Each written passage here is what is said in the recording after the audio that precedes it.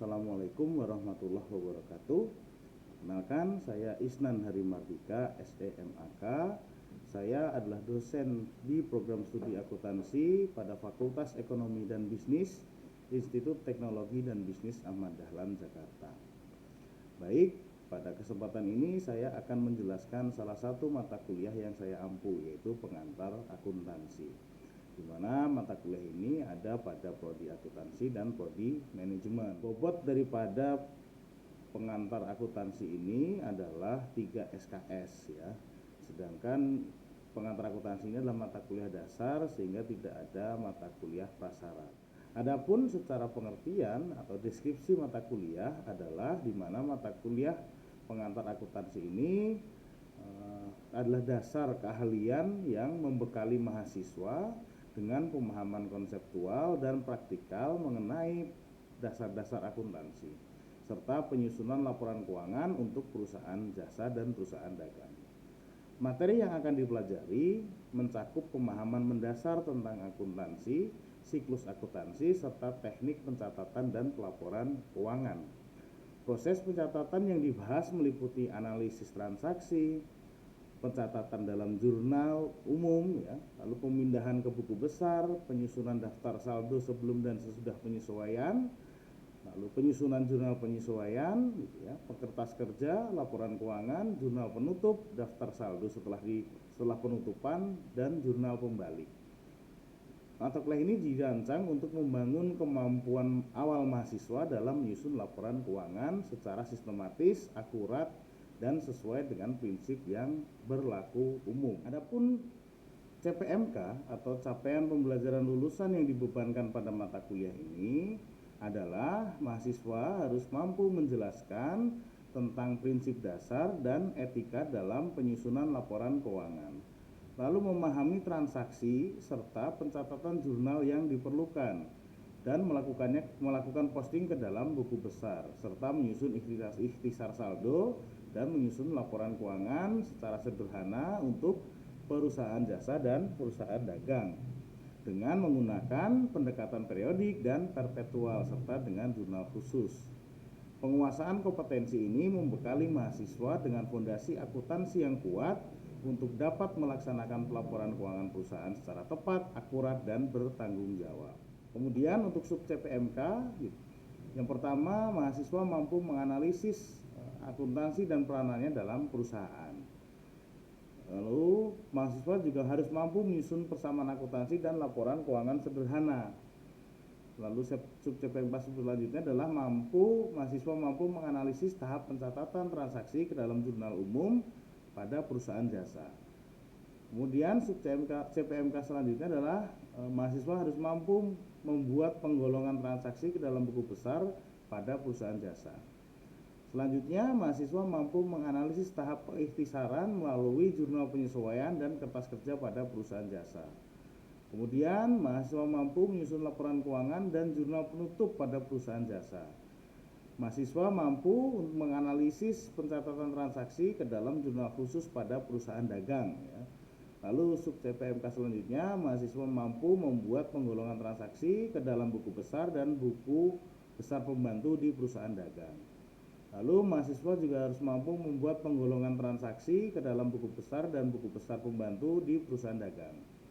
Sub CPMK selanjutnya adalah mahasiswa harus mampu menganalisis tahap pengikhtisaran transaksi ke dalam jurnal penyesuaian dan kertas kerja yang terjadi pada perusahaan dagang.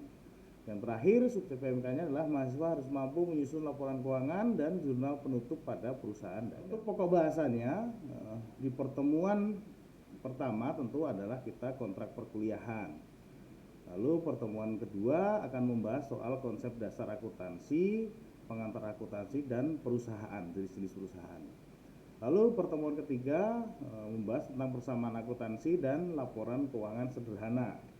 Pertemuan keempat, kelima itu adalah analisis transaksi, biasanya menentukan jurnal umum, gitu ya.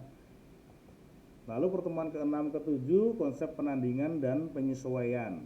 Pertemuan ke-9 dan ke-10 itu penyelesaian siklus akuntansi pada perusahaan jasa. Lalu pertemuan ke-11 dan 12 Ini adalah tentang sistem akuntansi dan pengendalian internal. Pertemuan ke-13, 14, dan 15 akuntansi untuk perusahaan dagang. Yang tadi sudah punya bekal mereka di jasa, tinggal dilanjutkan untuk di perusahaan dagang. Untuk referensi utama kita menggunakan Carl Warren, James M. Rees, Jonathan Dukak, R. Satriwayuni, Amir Abdadi Yusuf, Pengantar Akuntansi Adaptasi Indonesia edisi 4 Salemba 4 di Jakarta di tahun edisi tahun 2018. Jadi kita menggunakan referensi itu. Adapun untuk pendukung ada beberapa ya, ada bukunya Kiso, ada bukunya Agus Purwaji, Rahman Pura. Nah, untuk media pembelajaran biasanya kita menggunakan luring ya. Kalau luring kita ada notebook atau LCD proyektor, kemudian materi PowerPoint. Adapun kalau dilaksanakan secara daring, biasanya menggunakan Zoom meeting. Untuk perkuliahan bisa menggunakan metode ceramah atau diskusi ya, diskusi kelompok, kemudian pengerjaan tugas secara mandiri maupun secara berkelompok, kemudian ada diskusi tanya jawab gitu ya, lalu juga ada kuis, lalu ada juga studi kasus biasanya yang kita lakukan di dalam kelas. Nah, untuk tugas-tugas individu biasanya mereka mengerjakan tentang persamaan akuntansi sederhana, membuat jurnal, kemudian memposting ke buku besar gitu ya. Kemudian ada juga penyelesaian kasus tentang beberapa perusahaan yang memang sedang dianalisis. Untuk kriteria kelulusan ya, untuk nilai 80 sampai 100 A itu ya, untuk nilai 4. Lalu 70 sampai 79 B ya, 56 sampai 69 C, 46 sampai 55 D, dan 0 sampai 45 itu E atau belum lulus ya. Mungkin itu deskripsi mata kuliah yang bisa saya jelaskan tentang pengantar akuntansi. Semoga bermanfaat. Terima kasih.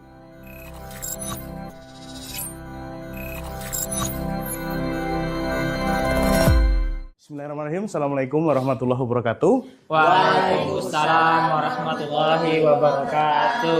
Sehat semua ya? Alhamdulillah. Kita buka kuliah kita pada pagi hari ini dengan sama-sama membaca basmalah. Bismillahirrahmanirrahim. Baik, sebelum kita mulai, ini temannya ada yang nggak hadir? Hadir semua, Pak. Semua ya, oke, baik. Jadi kita akan lanjutkan ya materi kita yang sudah kita bahas di minggu lalu ya. Jadi masih ingat kan mata kuliah kita adalah pengantar akuntansi. Betul.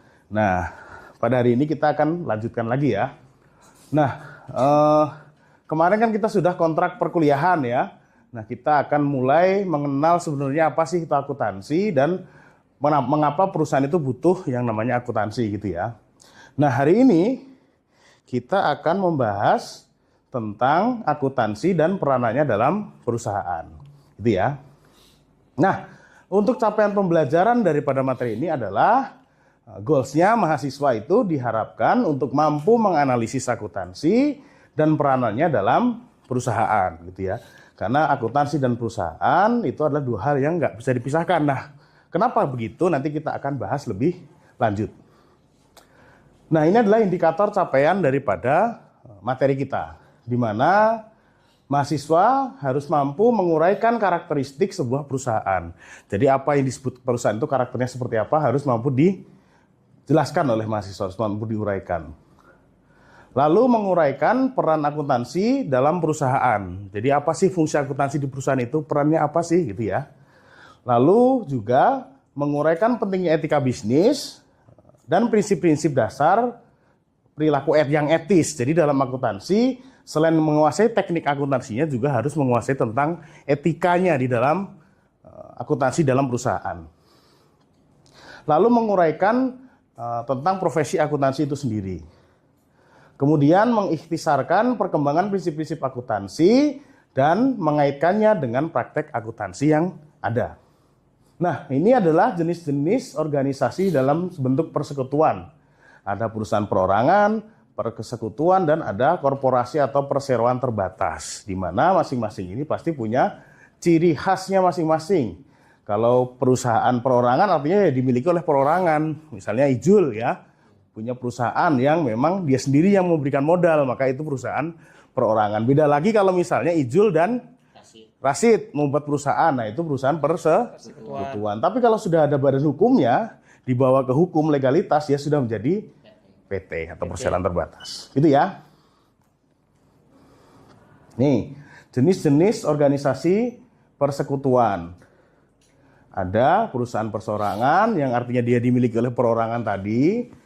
Ada perusahaan perseorangan ya, lalu ada persekutuan yang dimiliki 2 orang atau lebih individu, boleh 3, 4 atau 5, intinya dimiliki oleh bersama-sama. Lalu ada korporasi yang dibentuk berdasarkan peraturan pemerintah sebagai badan hukum yang terpisah. Artinya kepemilikan perusahaan atau harta perusahaan itu harus dipisahkan dengan pemiliknya. Kalau ini kan perorangan, berarti kan dia memang ya nggak ada legalitasnya, maka kadang tercampurlah antara harta pemilik dengan harta perusahaan. Seperti yang kita lihat misalnya di kebanyakan UMKM ya, belum adanya pemisahan. Tapi kalau sudah berbadan hukum, dia harus dipisahkan, terpisah hukumnya gitu ya. Nah, masing-masing jenis organisasi perusahaan persekutuan ini punya keunggulan dan kelemahannya masing-masing. Apa saja?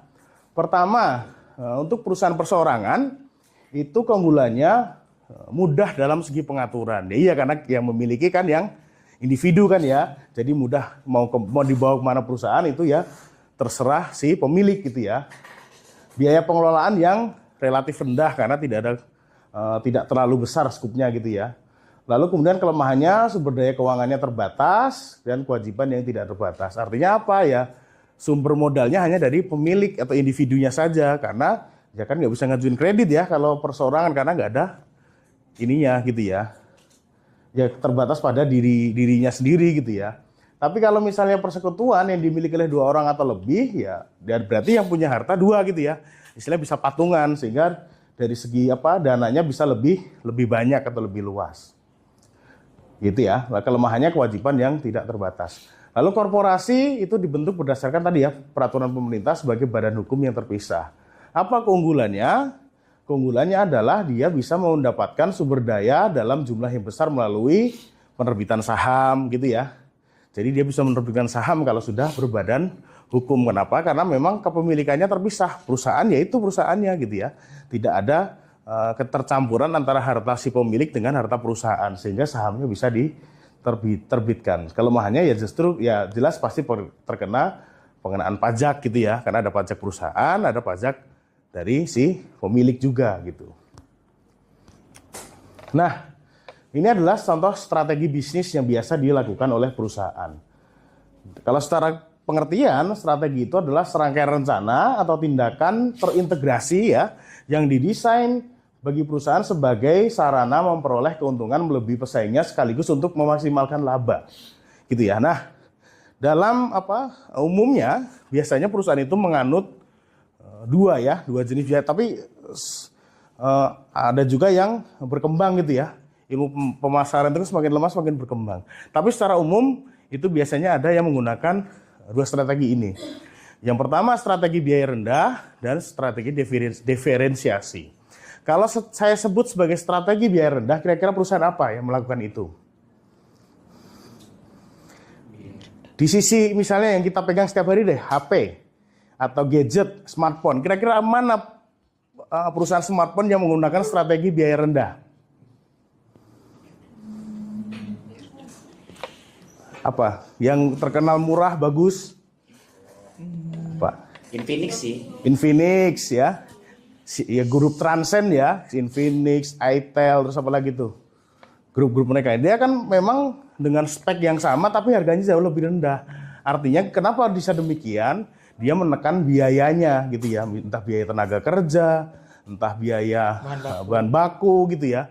Dia menekan serendah mungkin biayanya supaya dia bisa menjual dengan harga murah. Itu kalau strategi biaya rendah. Lalu ada strategi diferensiasi.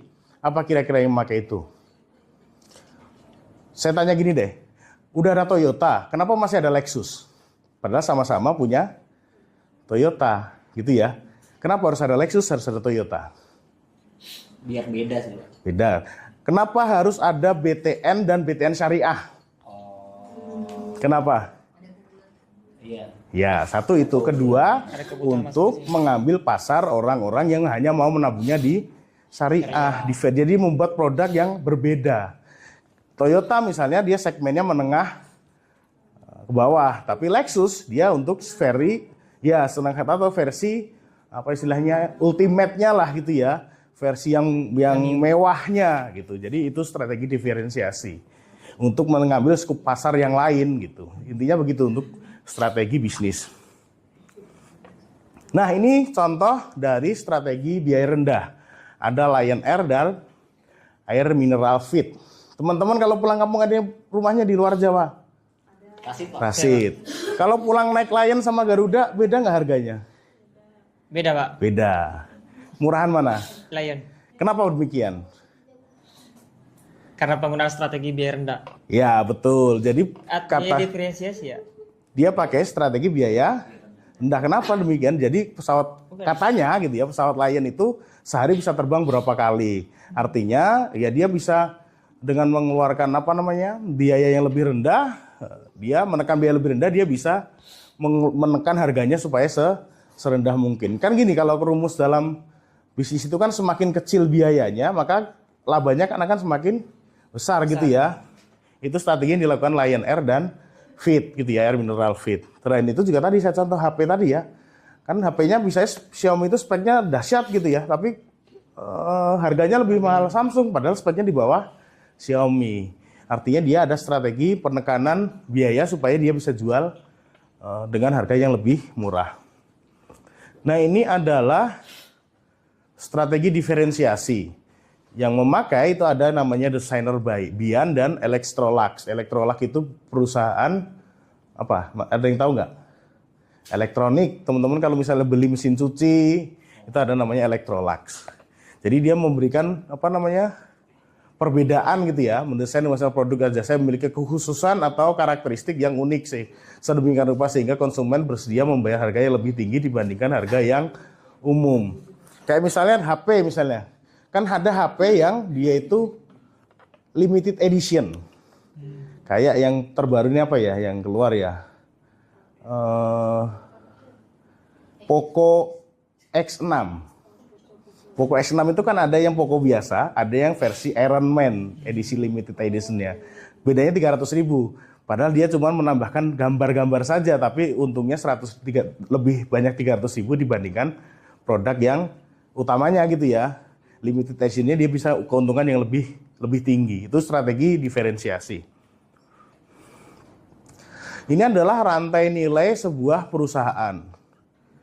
Rantai nilai ini adalah cara yang dilakukan oleh perusahaan untuk memberi nilai tambah bagi pelanggannya melalui pemrosesan input menjadi produk atau jasa. Gitu ya.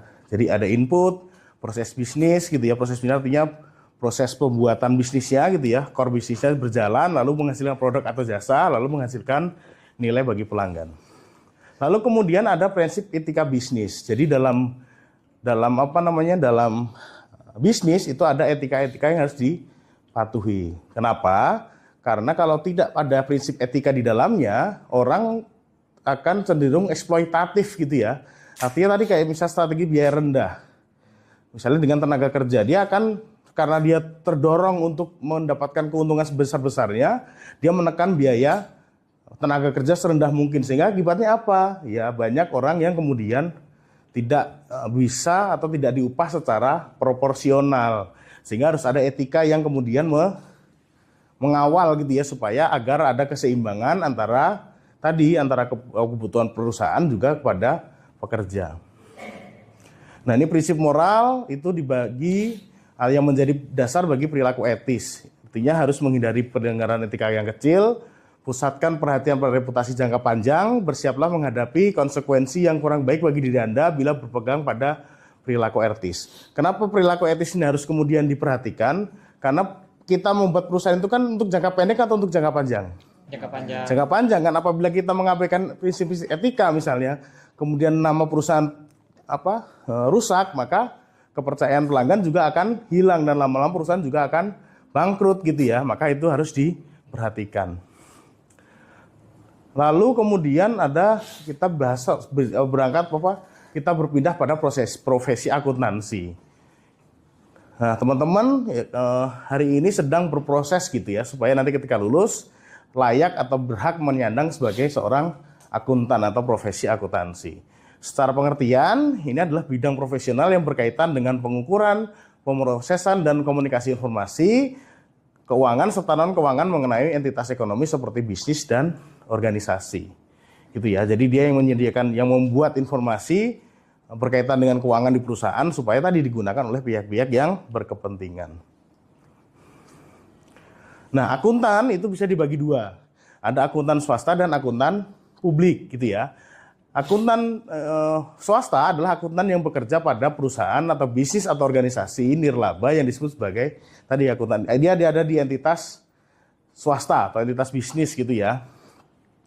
Lalu akuntan yang akuntan publik adalah akuntan dan stafnya yang memberikan jasa akuntansi berdasarkan honor, disebut akuntan publik. Biasanya dia berada di luar perusahaan ya, artinya dia memang profesional untuk memberikan jasa akuntansi kepada satu perusahaan. Kalau dia lebih kepada internal ya, akuntan perinternal, kalau ini lebih kepada akuntan eksternal.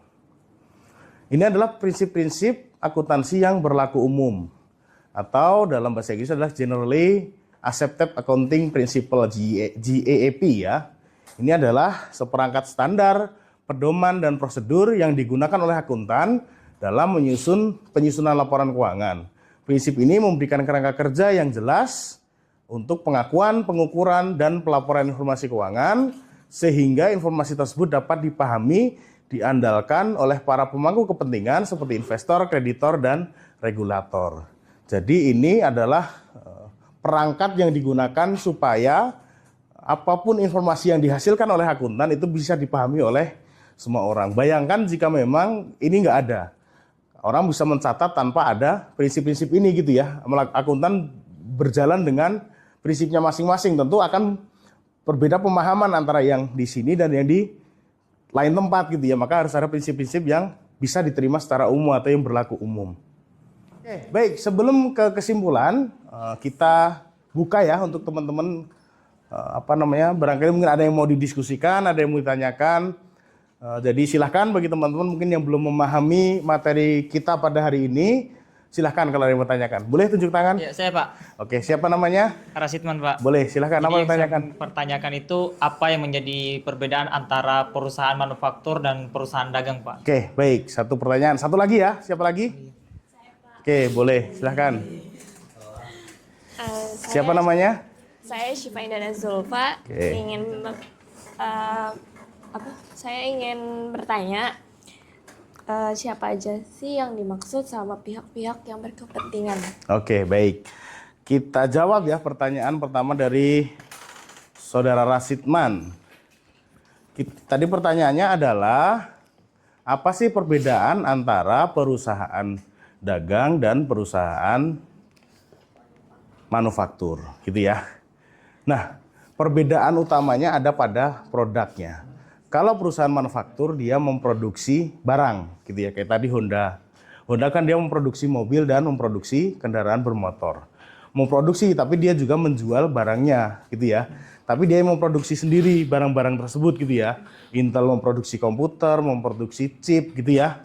Prosesor, kemudian setelah diproduksi dia akan jual kepada kepada supplier, kepada tadi termasuk perusahaan dagang yang menjual barang-barang itu. Nah, kalau perusahaan dagang dia tidak harus memproduksi barangnya. Gitu ya. Dia bisa menjual barang orang lain. Kayak Carrefour. Kan ada di Carrefour ada Panasonic ya. Ada produk-produk yang diproduksi oleh perusahaan manufaktur. Ada Sharp, kemudian ada apa lagi? Ada kalau misalnya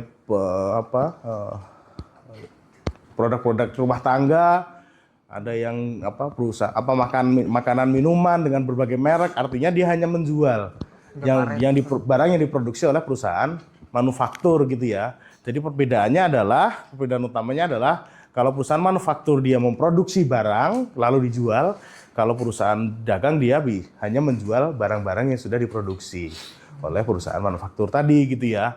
Ya ini kayak misalnya Amazon, dia kan menjual produk dari siapa saja gitu ya. Dia nggak perlu memproduksi barang, dia cukup menjual produk barang dari orang lain atau perusahaan lain. Itu ya. Nah, kemudian beranjak ke pertanyaan kedua soal siapa saja pihak-pihak yang berkepentingan. Oke, ini dia pihak yang berkepentingan itu ada pihak internal dan pihak eksternal. Pihak internal itu biasanya berkaitan dengan internal perusahaan, ya pemilik ya, pemegang saham, lalu manajer yang punya kepentingan untuk membuat kebijakan-kebijakan strategis berkaitan dengan perusahaan, lalu karyawan yang memang bekerja di situ gitu ya, diberikan gaji, upah supaya dia melakukan pekerjaannya sesuai dengan yang diberikan, yang dijabat gitu ya. Kalau dia bagian produksi ya tugasnya memproduksi. Kalau dia bagian marketing ya dia tugasnya marketing. Ya kepentingan pihak internal ya sesuai dengan imbal baliknya. Kalau pemilik ya dia labanya gitu ya. Dia kepentingannya pada laba. Kalau manajer ya kepentingannya pada gaji gitu ya. Manajer nggak ada keterkaitan lain selain ada keterkaitan selain gaji gitu ya. Artinya dia bekerja ya memang untuk mendapatkan gaji. Karyawan juga begitu. Itu adalah pihak-pihak yang berkepentingan, artinya kepentingan dia terhadap perusahaan ya itu tadi gitu ya. Kalau pemilik laba, kalau manajer dia digaji gitu ya, karyawan juga dia mendapatkan gaji. Itu pihak internal. Lalu kalau pihak eksternal itu adalah ada pelanggan, ada kreditor, ada calon investor, ada pemerintah gitu ya. Keterkaitannya apa? Kepentingannya apa kepada perusahaan? Kalau pelanggan berarti kan kepentingannya pada produknya gitu ya, supaya dia mendapatkan produk yang berkualitas dan sesuai dengan keinginannya. Lalu kreditor, kepentingannya supaya dia bisa menyalurkan kredit kepada perusahaan gitu ya. Dengan dia menyalurkan kredit, dia mendapatkan bunga gitu ya, sehingga bisa menjalankan aktivitas bisnis daripada si kreditor itu. Lalu pemerintah apa kepentingannya? Kepentingannya adalah memungut pajak gitu ya. Artinya jika perusahaan semakin besar, semakin labanya semakin banyak, maka pajak yang ditarik juga semakin besar. Gitu ya. Iya. Ada diskusi lagi? Cukup, Pak. Cukup. Baik, kita simpulkan ya apa yang menjadi kuliah kita pada malam hari ini. Jadi kesimpulannya, akuntansi itu berperan sebagai alat untuk menyediakan informasi keuangan yang dibutuhkan oleh beberapa pihak yang berkepentingan tadi, baik pihak internal maupun pihak eksternal gitu ya. Kalau kreditor kepentingan melihat laporan keuangan adalah untuk menilai apakah perusahaan ini layak diberikan kredit atau tidak. Pemerintah melihat laporan keuangan adalah untuk memungut berapa pajak yang harus dibayar oleh perusahaan. Informasi ini diperoleh melalui pencatatan, pengukuran, dan pelaporan transaksi bisnis yang diatur oleh prinsip-prinsip akuntansi yang berlaku umum atau GEEP ya. Nah, selain itu, materi ini juga menekankan pada pentingnya etika bisnis gitu ya. Lalu kemudian tentu dalam profesi akuntansi, nah para akuntan diharapkan untuk bertindak dengan integritas tinggi gitu ya. Dan menjaga etika dalam pelaporan keuangan. Artinya selain dia punya kemampuan teknis sebagai akuntan, dia juga harus punya integritas. Dia harus menjaga etika. Nah, prinsip-prinsip dasar seperti konsep entitas usaha, konsep biaya, dan konsep objektivitas menjadi panduan utama dalam pelaksanaan akuntansi yang transparan, dapat diandalkan, gitu ya. Nah, secara keseluruhan pengenalan terhadap akuntansi ini membekali mahasiswa gitu ya dengan pemahaman penting mengenai bagaimana akuntansi mendorong operasional bisnis serta bagaimana integritas akuntansi berdampak pada keberhasilan perusahaan. Oke, baik, itu teman-teman materi kita pada pagi hari ini. Kita minggu depan ketemu lagi ya. Insya Allah kita kuis gitu ya untuk memperdalam lagi apa yang sudah kita dapatkan materinya. Kita tutup kuliah kita pada pagi hari ini dengan sama-sama membaca hamdalah. Alhamdulillahirrahmanirrahim. Terima kasih teman-teman semua. Sekian dari saya. Billahi fi sabilillah haq fastabiqul khairat. Assalamualaikum warahmatullahi wabarakatuh.